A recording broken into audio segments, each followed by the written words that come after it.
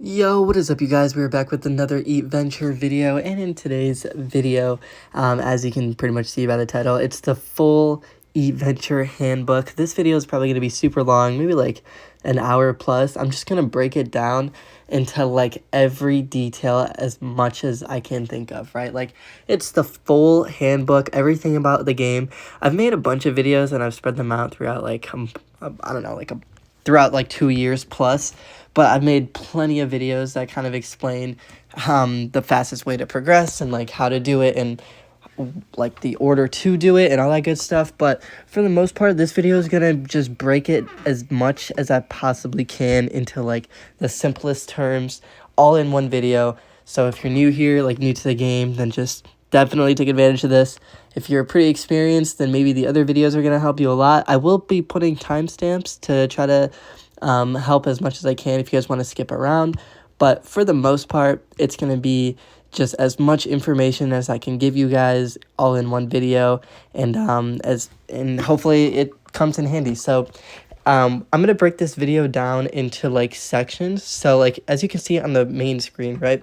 I'm going to pretty much just talk about like the helper for a little bit, and then everything else in the front page, and then like break down the vault and do the gear and all that good stuff and gems and when to use upgrades and all that good stuff. So it's going to be a long video. It's going to be the full guide, full Eatventure handbook. So just stay tuned. There's a lot to talk about and a lot to go over. So with that being said, the first thing I want to talk about is pretty much when you first open the game, what is going on, right? Like through a city, the idea is to just unlock stations, upgrade stations, move on to the next town thing or whatever you call it, the next restaurant, and then move on through like the sixth or the fifth or sixth restaurant until you move on to a new city, and then it's just rinse and repeat from there, right?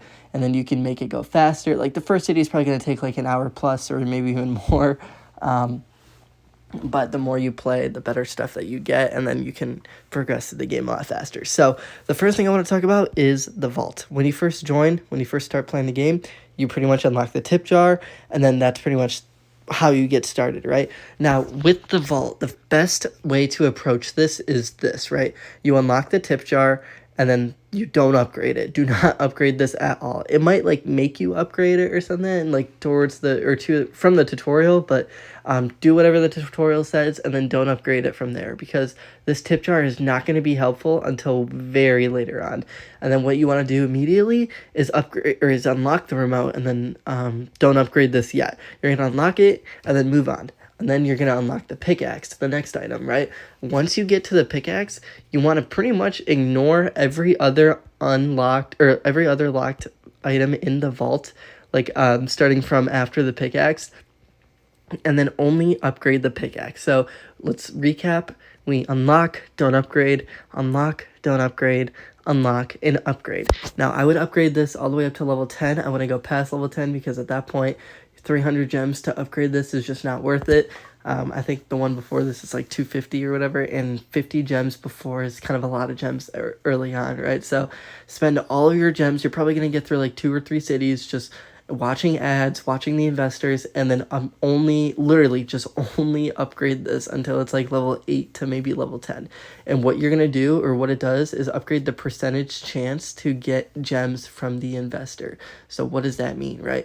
Like as you play through a city, every once in a while, this little investor guy pops up and then offers 6 gems. And then all you're going to do is just watch the ad to get the 6 gems.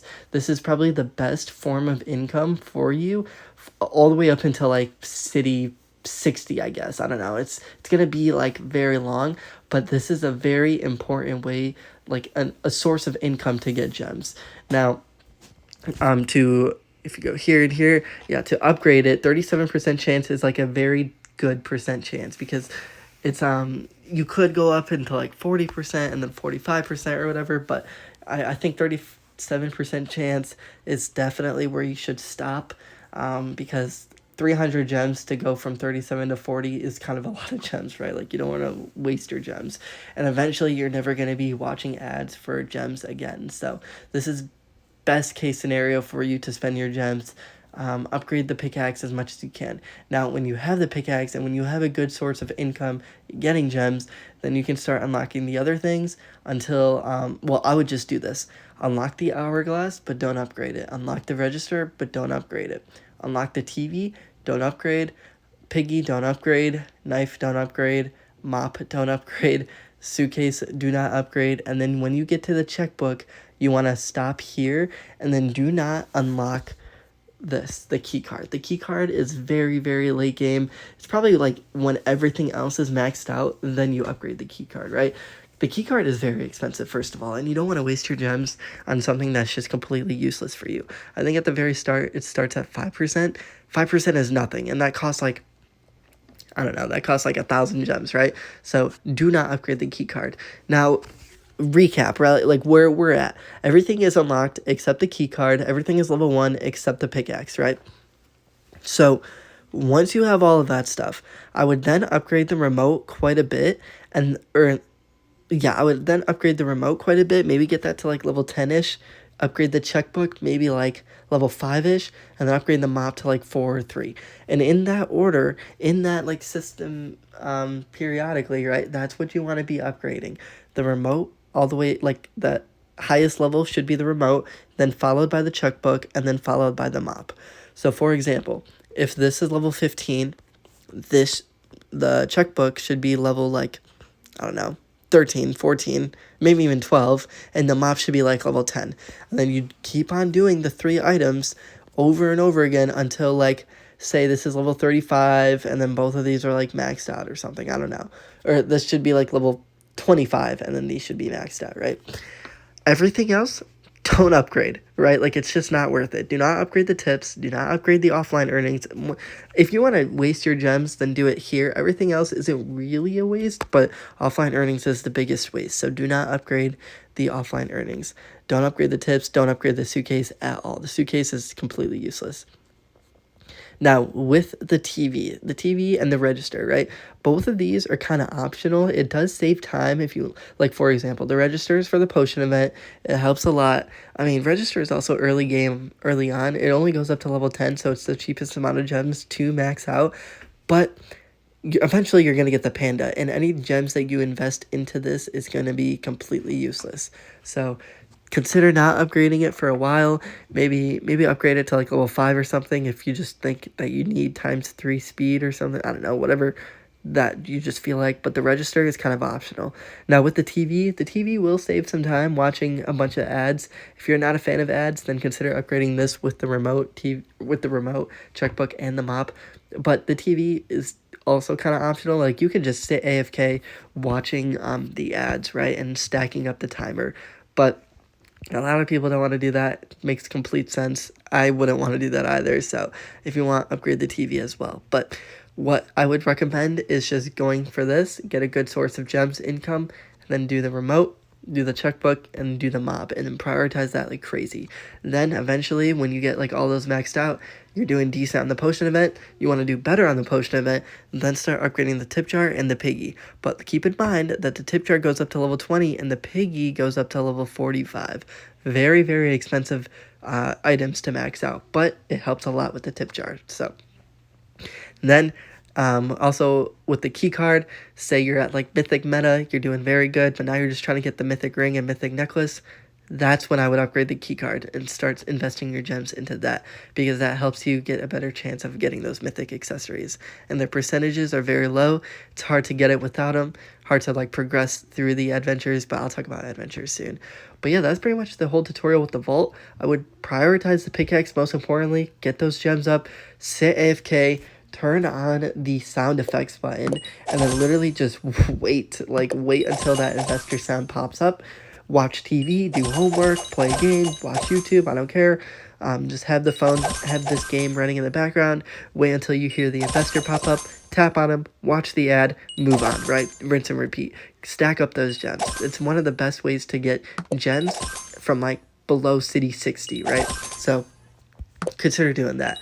And that's what everything I would recommend with the vault. So kind of a lot there, but I mean, with the vault, there's just so much to know, and it's very important, right? So keep in mind, the vault is going to help a lot. So next thing I want to talk about is the helper, right? There is so much to talk about in the helper, and there's a lot of like strategies to take advantage of, right? So when I started playing, the helper was not this OP. This taking advantage of a helper is so broken at this point, right?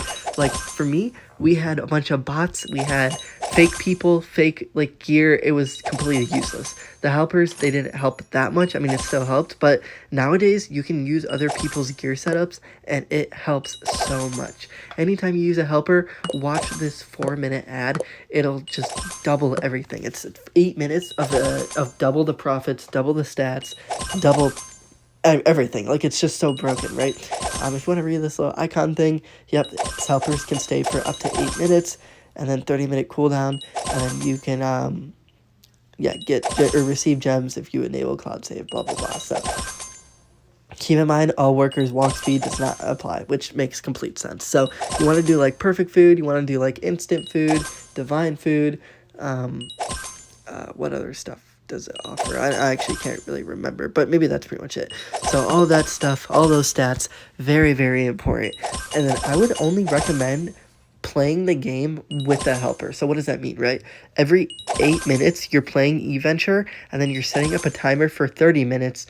Wait until that helper cools down, and then literally 30 minutes later, watching the ad to play for 8 minutes, stop playing the game for 30 minutes, wait 30 minutes until the helper cools down, watch another ad for 8 minutes, and literally only play when a helper is available, because that will help you progress through cities very, very quickly. I mean, that's what I did back in the day when helpers were completely useless, but now the helpers are like so broken. So take advantage of those helpers, right? Super, super important. That's how you progress fast through cities. That's how you stack up a bunch of gems. And a lot of people need to actually know that. If you don't want to you watch an ad, that's totally okay too. If you want to only play for like 4 minutes, maybe get through like a city or two, that's totally optional as well. But I would definitely only recommend playing when there's a helper. You can just progress through cities so much quicker, and it's something everyone needs to take advantage of. I promise you, it's going to go by so fast. So helpers, super important. Next thing I want to talk about is the food delivery. This is very early on. I mean, anyone above city like 60 is not going to ever take advantage of this because it's not really worth it.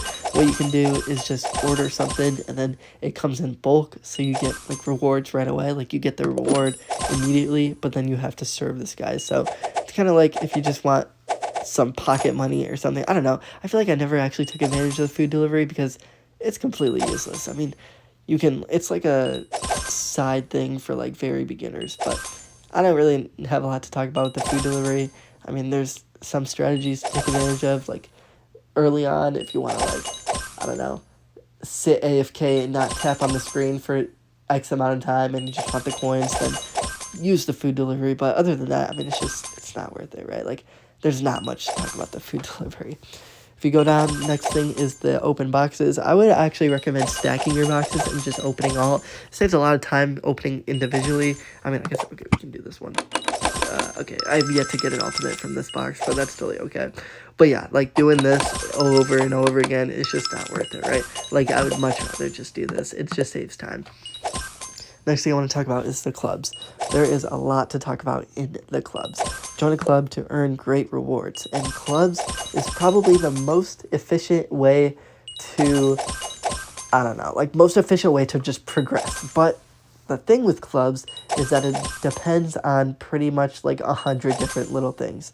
So first of all, let's go over the rewards, right? There's a lot of rewards to look at. Contribute XP to your club's level by salvaging items, right? So the first level ones, you get like nothing, but level 2, or that's what it starts with, but level 2, you start getting rewards, small boxes, and then all that good stuff. And then when you get to level 10, you start getting club boxes, and that's how you get mythic blueprints. That's the only way to get mythic blueprints, right? If you can, join a club that kind of suits you. Like if you're at City 60, and then you're kind of like, you can only contribute like X amount of XP, then it kind of sucks because you can't really get to like max level club and get all the rewards. But that's completely okay. So the next, I'm just going to go over like pretty much the rest of the awards. When you get to level 20, you get more club boxes. Level 30, you get more. And then 40, more. And then 50, you get the most, right? Now, throughout this, you also get a bunch of pet food. You get all profits, which helps a lot. And then you get a ton of big boxes and a ton of just gems overall. So being in a club and then going for a max level, it's overall more XP, more rewards per salvaged item, if that makes sense. So you're overall going to get more out of it if you're in a club. Now, that only applies if you guys are all contributing equally. Say if one person's doing like 10K and everyone else is doing 2K, that guy that's doing 10K is not getting the most amount of rewards as they can. So it's not worth it. You don't want to join a club without contributing equally, right? Now, if you're one of those people that's donating 2K XP and then someone else is doing 10K XP, by all means, stay in that club, because then you're getting way more out of it than what you're supposed to be getting out of. And if you can take advantage of other people, I mean, it kind of sucks to say, but some people don't listen to any advice and they do their own thing. Take advantage of that, because some people, they just don't care. And I love those people, because you can like pretty much just get free stuff out of them. So that's what I would recommend. Now, how do you find a club? You can either do the Reddit or the Discord. I made a bunch of videos about this, but I would recommend doing the Discord, right? I made videos on this. I'm not really going to talk about it too much, but join the Discord, take advantage of their Find a Club feature, and join a club that contributes equally if you can. Now, with the clubs, how to stay in a max level club. I made a video about this, but I'll just try to talk about it a little bit. What you want to do is reuse all the items that you don't need from the club. Like all of these big boxes, I think you get around like 80 big boxes. 80 big boxes is what, like 16,000 gems just right off the bat. You can contribute all of those big boxes, all of those salvaged items that you get from the big boxes into your club. And that right there is a ton of XP. You can also take advantage of the gems that you got. If you say you're only in a maxed out level club to get mythic blueprints, right? You can invest all of the gems, you can invest all of the big boxes, all of that stuff in, and even the small boxes, invest all of that back into the club, and then only whatever mythic blueprint you got, then you pretty much just keep that mythic blueprint, invest everything else back into the club to stay in a max level club. That only applies if you're not playing normal cities, right? I did this for like months, and it works. And if you want like further details, watch my video about maxed out clubs, because it's a strategy to take advantage of if you just don't want to invest a lot of time into normal cities. And that was me, and it was boring, but I managed to stay in a max level club for months, right? So take advantage of those tips. But yeah, clubs, super important. Not really for early on, but if you can, then take advantage of them. And the next thing I want to talk about is the events. So every week there's a major event. That's the Seaport. Actually, I guess I can. Oh, I can't. Interesting. Yeah, there's Oh, I can. Okay, perfect. If you go here, the Middle Ages, Seaport, Moon, and Mine event. All those happen once a month. Pretty much like each individually once a week, and then it all happens within the same order. So with the events, take advantage of them. If you're like between like city 1 to like 20, don't really bother, because it's just going to take forever. But once you start getting like, I don't know, epic gear or something, or maybe even some legendary blueprints, then you can probably start doing like the normal modes for each of the events, because those events give you free gems, and they give you a bunch of boxes, and they also give you what's it called? Event boxes, right? And those event boxes are actually for ultimate gear, and that's going to come later on in this video. But with the events, take advantage of them only if you can finish them within like 2+ hours, like under 3 hours. If you can't finish it under 3 hours, then the rewards that you're getting out of them, it's just not worth it, right? Like you could rather be doing 3 hours worth of like normal cities, finish like 5 normal cities within 3 hours or however long it takes, rather than doing one event, and it's just gonna save you so much more time. So take advantage of that if you can. There's also these minor events. For example, one of the minor events that happens every Wednesday is the restaurant race, and you can get some gems there if you play a lot of cities. I don't really play this, I don't really care about it, but it's just free gems if you play the game a lot, and you're just racing against real people, which I guess is kind of cool. Now, the next thing to talk about is the other minor events, which is the challenges event. Yeah, I'm pretty sure it's the challenges event, and also the merchant event. Now, in the merchant event, you can, like, buy boxes and buy, like, you get, like, orbs by playing the game and upgrading through stations. Then you can use those orbs to, like, buy boxes and buy gems and buy, like, gear and stuff. So, It's pretty good, but for the most part, you're just going to be spending those orbs on gems and boxes. And the other minor event is the challenges event. You pretty much just play the game, get free gems. It comes every Monday and Tuesdays for both events, but it's like one event, or one event per week, and it switches every other week. So hopefully that made sense. I mean, once you start playing the game for like a month or whatever, you'll kind of see how the events go. But there's always an event going, whether that's a minor event or a major event. So there's always like separate ways to get gems. So yeah, take advantage of these events. Next thing I want to talk about is the adventures, right under the events, right? So adventures, you can change an adventures level to replay an easier one, which we'll talk about later. The higher level, that better reward, and then keys can be bought in the shop, but you only get 2 keys per day. So definitely take advantage of these events. Now, for the most part, for early game players, it's not really gonna like be that beneficial, but it's just something to take advantage of. I do think that the adventures, the rings and necklaces, helps with like all profits for sure, and then like the little substats thing that can help until you get to like epic gear, maybe even legendary gear. But if you can take advantage of the walk speed that comes from, I guess I can actually show you here, but I'll talk about all this in gear in a sec. But if you can take advantage of like the onion ring for walk speed, or if you can with the necklaces, take advantage of the stall shaker. But technically it's kind of a challenge for early game players, but you get 2 keys a day. You might as well use the keys, get free blueprints, get they're literally free, and then just start upgrading whatever you want, because none of it gets wasted.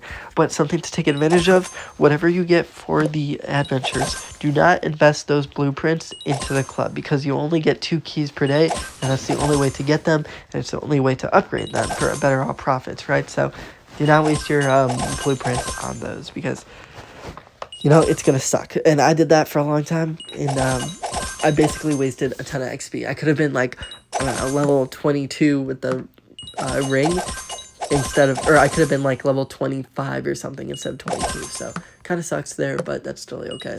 Just learn from my mistakes, right? And yeah, that's pretty much all the icons from the main page. Something else I want to talk about is the shop. Now, if you want, first things you see is the ×2 all profits. Buy that if you're going to play the game for like more than a few days. It's going to save you double the time to do stuff. It's very, very beneficial later on. It is like $5 though, maybe $6, I can't remember, but it kind of sucks. If you're free to play, then you really don't have to, but if you want to progress pretty quickly, then that's going to help you so much. I am not free to play. Most players are actually not free to play because of the ×2 all profit. It just helps so much, so take advantage of that if you can. Now, the next things that you can do is spend the ×2 and ×5 on like gems and stuff. This is like very early or very late game. Don't really consider this until you have like your vault is pretty much maxed out, and then you don't really need gems to buy boxes, right? So that is something to take advantage of. The next thing you can do is buying boxes with gems. First of all, never buy the small boxes. Completely useless. What you could do is take advantage of the big boxes. Those are good for legendary blueprints and legendary blueprints alone, right? To get legendary blueprints, the only way I would recommend doing it is either through a club or buying big boxes.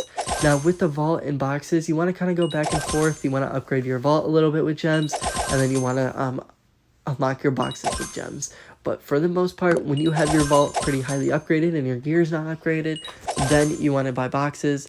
Vice versa, if you have very nice gear but your vault is like very under-leveled, and you want to invest your gems into the vault.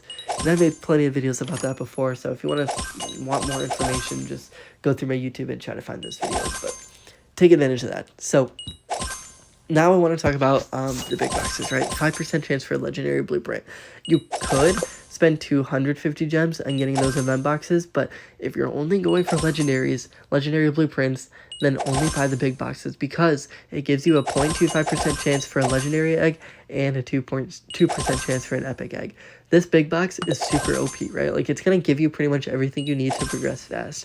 I would only buy the event box if you're only going for the ultimates, nothing else, right?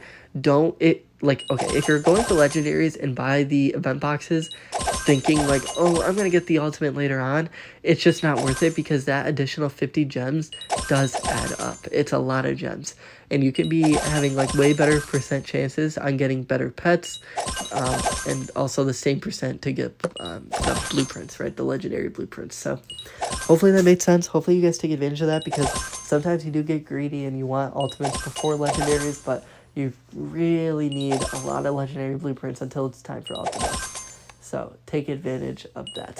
Also, with the event boxes, I would only spend your gems on moon event boxes to get the moon meta, and then when you have that and you want to go for mythics, and then start spending your gems on those other ultimate blueprints. But I think the moon meta is definitely the best thing to invest your gems if you want ultimate stuff. Now, with pet boxes, right? Pet boxes is very later on, like very, very late game. I wouldn't recommend doing this until like you're only going for the ultimate eggs, and then you're just desperate for like the red panda or the baby kraken, right? Now, it's a lot of gems, 500 gems, but at this point, your vault should be maxed out, your gear should be like pretty much mythics. I wouldn't even go for ultimate eggs unless if you're having mythic blueprints, but if that's just not possible, then yeah, maybe do it for the legendary eggs. Maybe you can get 1 or 2 before the ultimates. And then the next box I want to talk about is the potion event boxes. Never, ever put any gems towards that. I never did. I don't even have an ultimate blueprint from the potion event. I think some of it can be useful, like maybe the flask, but I don't know. For the most part, it's just not worth it. If you want ultimate blueprints, just do the moon meta, and I'll explain why when I get there, right? So take advantage of that. But boxes wise, legendaries do big box, ultimates do that box, ultimate eggs do pet box. Never do potion event boxes. Next thing you can do is the adventure keys. I wouldn't really pay for this. It's kind of worth it. You get worthless.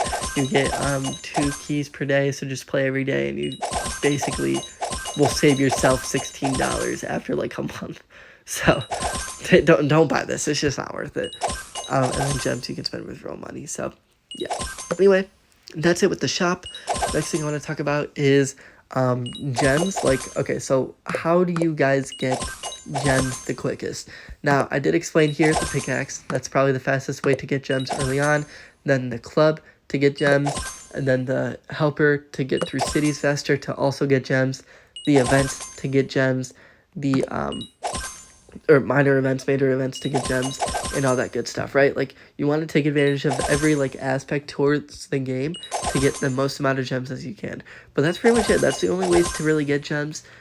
Play the events, play the minor events, major events, play through a club, even though if you can only get to like level 10, it's still worth it if everyone contributes equally. And then most importantly, watch the investor ads. Very nice way to get gems. Next thing I want to talk about is the active skills. Right now there's only a popular dish, but I'm sure they're going to add some active skills soon. Selected dish is more likely to be ordered, so I guess we can just do that right now. And usually when you do it, you want to select the one that gives you the most money with the least amount of time. Now for this one, it would be the milkshake. Usually it's like, depending on whatever method you do, which I'll talk about methods in a sec, you can do the first and last method, which I guess I'll just talk about that in 2 seconds. But use the active skills to take advantage of whatever method you're doing. But usually it comes with the last item. So now I want to talk about is the methods to use. Now there's a few methods. I take advantage of some, if not like all of them, but first thing you want to do is just upgrade the first station and always max out the first station. Well, actually not always. If you're a main guy, or for like whatever, what's it called? If whatever solo build, whatever build you're running, right? Solo build or team build, you're typically always going to want to upgrade the first station, unless if it's a solo build. For example, if the solo guy doesn't like contribute to the production making or whatever, then don't upgrade the first station. Upgrade whatever station that the solo build is working towards, not whatever the customers, or I mean not whatever the workers is working towards, right? Like, so hopefully that made sense. So if you have a solo build, only do only max out the first station. If you don't, or if you have a solo build, only upgrade the build. Okay, wait, I'm stumbling, guys. If you have a solo build, only upgrade the station that the solo guy is working on. That's the best way to explain it. Hopefully that made sense. But solo builds, you can do pretty much a ton of methods. The first one that I would recommend is the first and last method. Pretty much what you do is just upgrade the first station, use all these upgrades, get as much as you can, unlock tables and stuff, and keep upgrading the first station until it's maxed out. And then you do the last one. First and last, pretty much very simple. It gets you cities very quickly, so something to definitely consider doing. It's probably one of the fastest ways to get through cities, honestly. I do this all the time. It's definitely one of the laziest ways too, actually, so that's probably why I do it, because I don't really care about this, like, game that much, and I don't really put any brain power into it anymore. So first and last, that's pretty much it. And then when the last station is upgraded, then you start maxing out the rest of them, and you get through the city very quickly, like just how I did. So take advantage of that if you can. But the next method I want to talk about, which is probably the second fastest, if not the fastest, is the tall method. Now, what is the tall method? It's also very straightforward. You don't really need a lot of brain power into this, but you unlock the first station, you upgrade this as much as you can. Since the solo guy is working towards that production, then you want to max it out. Hire as many of these cashiers as you can, all the upgrades. Since I'm doing a solo build, don't do the workers, or don't unlock them. Keep upgrading the first one until it's maxed out, which does kind of take a while, but I mean, with the time feed and stuff, it's pretty quick for me. Oh, I just realized I only have a ×2 profit, so that's kind of funny, but yeah, it's going pretty quickly here, which is great. So yeah, you max out the first one. Once this is maxed out, then you max out the second one. It should be pretty close to maxed out. If not, it will get maxed out.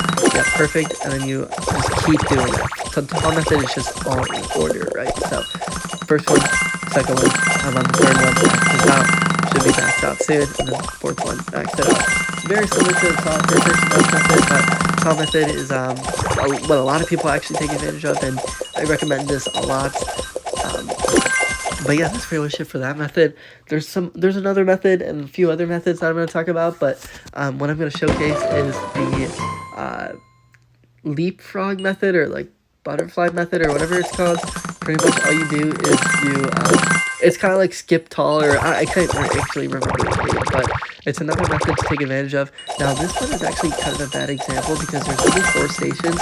I would probably only take advantage of this method if it's like 5, 6, maybe even 7 stations if you can, because 4 stations, literally nothing. I mean, okay, I'm just gonna do a method for this. This was a bad example. I mean, it's gonna go by very quickly, especially how fast the customers are coming along. So, yeah, it's very quick. First and last, tall method is very simple. Also, I don't really talk to types of not really worth it, but something to definitely take advantage of. So, just get through this as fast as possible. But yeah, leapfrog, we'll just call it that.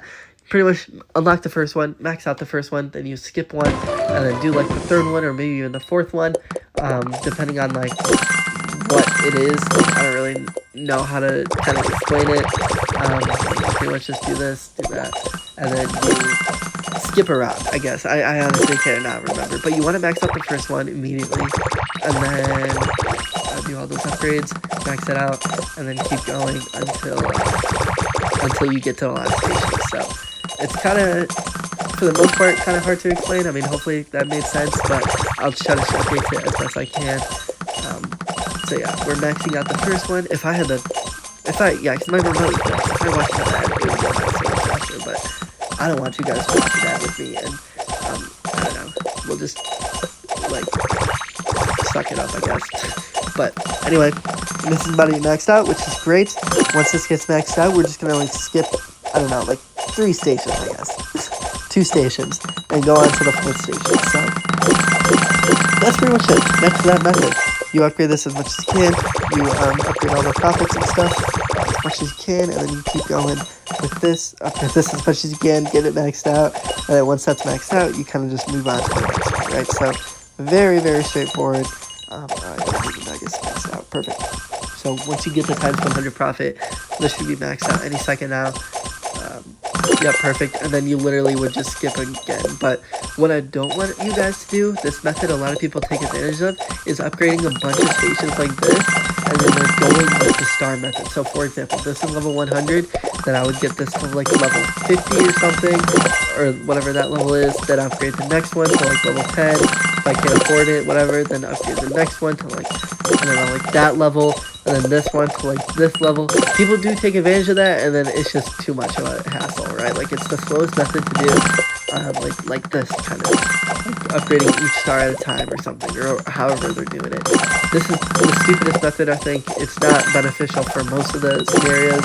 If you just want to go through cities fastest, do the first and last, do the tall, and take advantage of all of that, right? So, best advice I can give is that. So, hopefully that kind of made sense. That's pretty much it for all the methods. Let's see what else. So we have all the gear and stuff. I have a separate section about that, which I'm just gonna put into this video. And it kind of goes through like all of this, whether to like use potions, pets, all that good stuff. So I'm gonna make a video, or I already made the video about that, so it's gonna just go after this. But we've done a lot of talking in this section, so I'll probably wait until a little bit. But with the upgrades, it's better to just not use any of the chefs if you have a solo build. But yeah, that's literally it to talk about the upgrades. There's nothing to talk about there. And yeah, that's pretty much it. That's every part I can think of, and we'll try to get back to the next section, or talk about the gear next. So yeah, let's get to that right now. The more like tips for, or not tips, but like the Eatventure handbook video. So where we left off, we pretty much talked about everything on the screen, clubs, helpers, I mean, all that good stuff. But now we're going to be talking about this stuff, like what's going on here, right? We briefly talked about adventures, getting the rings and necklaces, kind of like what it is, but now I'm going to kind of talk about like gear, stats, total boost, all that good stuff. So there's a lot to it. If anything ever gets confusing, I made a whole ton of videos that really broke it down, but this is just like the overview and as much as I can explain, as like with the time that I have, right? So like with that being said, we're going to be starting from the helmet and then work our way down all the way to the potions and stuff. So first things first, the helmet. Pretty much what we're going to start with epic gear. Anything below epic gear is not really worth it. Like the rares, I mean, it's pretty self-explanatory what you can and cannot use, like whatever helps with your build. The percentages are just so low that I'm not going to be talking about the rares, right? But the epics, that's when things start to really take place and help you progress faster. So what you want to be wearing is this hood, then you want to be wearing this Camino white belt, and then you want to be using either the pizza cutter or wait, is it this? No, I think it was, where is it? Maybe it was this. The rolling pin. I'm not entirely sure, but essentially what you want to go for is instant food 100%. Walk speed is very, very high. And then if you can, some perfect food. But the instant food and walk speed is very, very important. Only because, the instant food and walk speed, only because those two things are like in order, most important substats to get. So instant food, walk speed, and then perfect food after you have the two. So if you have the two items and you just don't have any legendary gear, then what you could do is add like another, well, I can't exactly remember, but you can do like more walk speed, 150% is going to be super fast, or you can do like, no, not that one. The perfect food, right? The 10% chance to make perfect food, because you already have basically 100% chance to make instant food. Now, typically with epic gear, you're going to end up getting legendary gear very, very quickly, so it's not really important to stress about this, but this is kind of typically what happens, right? And then with the pets, you can, hopefully you have epic pets. Don't bother wasting, what's it called? Legendary, or don't bother wasting pet food on the rare eggs. It's just not worth it. As soon as you get the epic egg, then immediately hatch that, because anything you get from that is gonna help a lot. So yeah, that's it for the epic stuff. Everything else, I mean, rings and necklaces, you could do like perfect food and stuff if you have this, but anything else is just not really worth it. So now, next thing I want to show is the legendary stuff. Now, there's a lot of like different things that you can work with, right? But this is the most common, and I emphasize this as much as possible. Oh, okay, wait, whatever, I'll just do this. Yeah, I try to emphasize this as much as possible because it does help a lot, but using the purple cap, the Camino black belt, and then both of these, okay, I don't even have them forged, whoops. Using both of the pepper mills, right? This right here is peak speed, peak progression, and it's gonna help you progress like much, much quicker. Let's see what it gives, right? A ton of walk speed, instant food 100%, perfect food 100%. And the walk speed is just through the roof, right? You're gonna speed through this very, very quickly. And then what you could do is have like a panda, the legendary panda, and then maybe like one of these dark horses, right? This right here, well, okay, obviously these aren't going to be ultimates, but legendary and epic, right? This set is going to progress very, very quickly, and it's like very OP, right? To solo build, don't bother unlocking any of the workers because they're going to work a lot slower, but once you have like this, then you're going to just notice like you're just going to see so much progression. Now, all the other legendary blueprints, it's kind of useless. I mean, you don't really need them. You don't really need to forge them. You can only forge them to get the mythic or ultimate blueprints and then eventually the mythic blueprints. But like I said, don't really bother going for any of the other legendaries. If you wanted to, you could replace the hand item. Well, actually, no, there's really nothing to replace it for. Yeah, I guess basically what I'm trying to say is that you want instant food 100%, and then you want some walk speed, typically a lot of walk speed, and then perfect food 100%. Now, what I would recommend as like the next upgrade from this is pretty much replacing all the legendary stuff except the Camino Black Belt, and then going for the robot stuff, right? So I don't know if I have the second laser gun, but you're going to have, 2 laser guns and the robot helmet with the Camino Black Belt. All of this is going to give you over 100% instant food, 100% perfect food, and then a ton of walk speed from this and this. And that's going to be an all workers build, so now you can upgrade all of your workers. It's very, very good for like the last stage, so if you want to swap between like the solo build and then the all workers build, by all means do that. I think I did that for a while, but yeah. It's just some different strategies to take advantage of. I think the all-workers build is, especially for this one, I think the moon event helps a lot to progress through like those events with the all-workers build. I think all-workers is just better than a solo, obviously, because there's more people, but if you can get like a faster walk speed, then sometimes in some scenarios the solo is better. But definitely consider an all-workers build after the legendaries. Like all the other ultimates, like all of this, all the anchors and stuff, and like even the body, like all of this stuff is completely useless. Now you can work your way around it to get 100% instant, 100% perfect, and some walk speed, but for the most part, it's gonna not be perfect, right? Like this is perfect. Just imagine that I have the second laser gun. And then with your pets, yeah, you can pretty much keep these pets, maybe forge them or upgrade them to legendary. Don't really go for any ultimate eggs yet. It's just not going to help. The Roomba is okay if you have an all-workers build, but typically I would just say that these two are like best case scenario. It's people did like the math for it and stuff. So, and then with this stuff you can do like walk speed because you already got 100% instant, 100% perfect. So walk speed is going to help a lot. Or you can maybe do some double food with like the Ring of Love or something. That's going to help a lot too. But with that being said, that's what I would do for the ultimate stuff. Now for the mythic, obviously everyone already knows this. Use the purple cap, which is right here, and then use either both the cleavers or one cleaver and one tenderizer.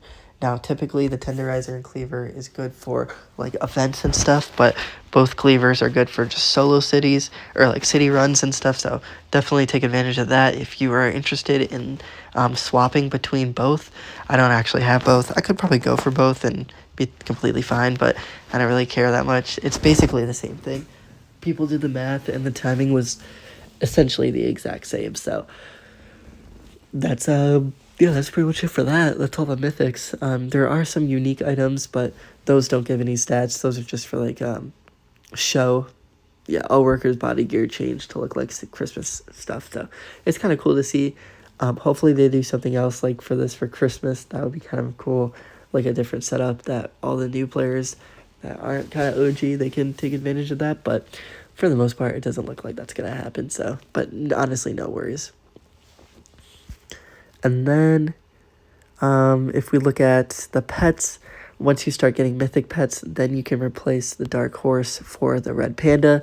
This is perfect for solo cities and for some events, but typically if you want to really grind through the adventures, then you're going to want to get the baby kraken, which unfortunately I don't have, but if you go here and here and here and here, you can get, or you can see the baby kraken there, and that's going to help a lot for the adventures, so take advantage of that if you could. And then yeah, that's honestly pretty much it for pets. Everything else is kind of useless. I do have the baby dragon, which it's kind of interesting to see. I mean, you could replace this for the panda, but I mean, it's 20% chance for a greedy customer. It's like not that good. And I think the mole or whatever that's called is also not that good. But baby kraken and red panda are two really important ones that you can hopefully get when you start hatching the ultimate eggs. So that's with the pets. Oh, whoops. Let's look through. Whoops. Oh my god. The potions. Now, potions typically, I mean, this does help a lot. This is kind of like if you have ultimate stuff and your vault is highly upgraded and you kind of know how to play the game. And you've seen my potion videos, like the strategies to progress the fastest. So take advantage of that. But for the most part, like I said, the potions, you can bring them to the overworld. Like, for example, if I don't have 100% divine food, I can use this and get 7% all workers make divine food, which is actually really, really good. And then if you upgrade the potions, you can like get 8% and stuff. And if you upgrade that, or if you upgrade like the potion vault, you can go from 8% to like 10% or 12%, 15%, right? Like, you gotta just grind through the potion event, upgrade that potion event vault, and then get a bunch of free stuff. Now, you could also do like double food, which is really good. You could do golden chance, which is also really good. Instant food, if you don't have it, this is like for early on players. And then perfect food too. There's walk speed, walk faster, and then walk speed. I think all workers walk 50% chance faster. This is pretty broken. I mean, it's just like an additional walk speed, and I think walk speed is probably like one of the most important things to get, because there's no cap on it. You can get like 1,000% walk speed if you could, right? Like, there's no limit to it, right? But there is a limit for instant food and perfect food, so take advantage of the potions if you can. Now, these potions that I'm displaying right now is super helpful to go through the potion event, like divine food, double food, golden food, instant food, like, yeah, walk or make food faster, perfect food, and walk speed. All those different types of potions help you progress through the potion event faster. And then when you get that, you can start brewing potions for the overworld and start getting like 3% chance for customers to make another order, right? Like those types of potions. Now, obviously, 3% is kind of like nothing, but the more you upgrade the vault, the more you upgrade the potions, and then the more you get like the percentage. So that's it for the potions. I guess we can take a quick look here, and then we're talking about the potion event. With the potions, I mean, this kind of sucks. It's just going to take a while, and there's really like not a lot to explain here. Like, I don't really know how to like break this down the best, but if you go here and you look at the potions, this is pretty much the vault, and then you can upgrade like a lot to it. So potion bandolier, 5 active potion slots, distiller, timing for the bottled potions. So you see how it said 5 minutes 30 seconds, you can get it up to 6 minutes, and then all the way up to like 10 minutes and maybe even 20 minutes if you keep upgrading it. So definitely something to take advantage of, because this helps a lot if you use the potions in the overworld and you just progress quicker, right? Like, and then if you want a higher percentage, you can upgrade the crystal catalyst. I think I'm gonna just start grinding through this just to kind of showcase what it's like to see an fully maxed out arcane vault, but it's gonna take me a few weeks to like actually upgrade like all the important stuff. Now, what I wouldn't recommend is upgrading the arcane ladle and the oak sapling. This is just both two completely useless things. You don't need them, especially this one. This one's so useless. And then yeah, once you have the alchemy scales maxed and the bandolier thing maxed, then you can start doing the crystal catalyst and then the funnel. But I think the funnel and the distiller should be upgraded first before the crystal catalyst. I upgraded this once. Just, I think level 7 is pretty much all you need for the potion event. You don't really need more. But wait, I'm gonna just go through this ad while I keep talking. Yeah, I think I will be playing the potion event, but not really in this video. It's probably gonna be for like another video. But with that being said, the potion event, there's a lot of strategies for that, so definitely take advantage of like the videos that I made. I think I made like a little like step-by-step breakdown, right? It's a 40-something minute video, and if you don't want to see that, I made an overview video that pretty much just sums up the 40-minute video. So yeah, so definitely take advantage of that if you could, because a lot of people would appreciate like videos like that, and I kind of just try to like help the community best I can. But anyway, with that being said, that's pretty much it for this. If you guys are interested, then or I'm gonna have more parts to this video, but for now I'm gonna end it here and make another video about the potion event. So thanks for watching, and I will see you guys in the next video. So anyway, bye.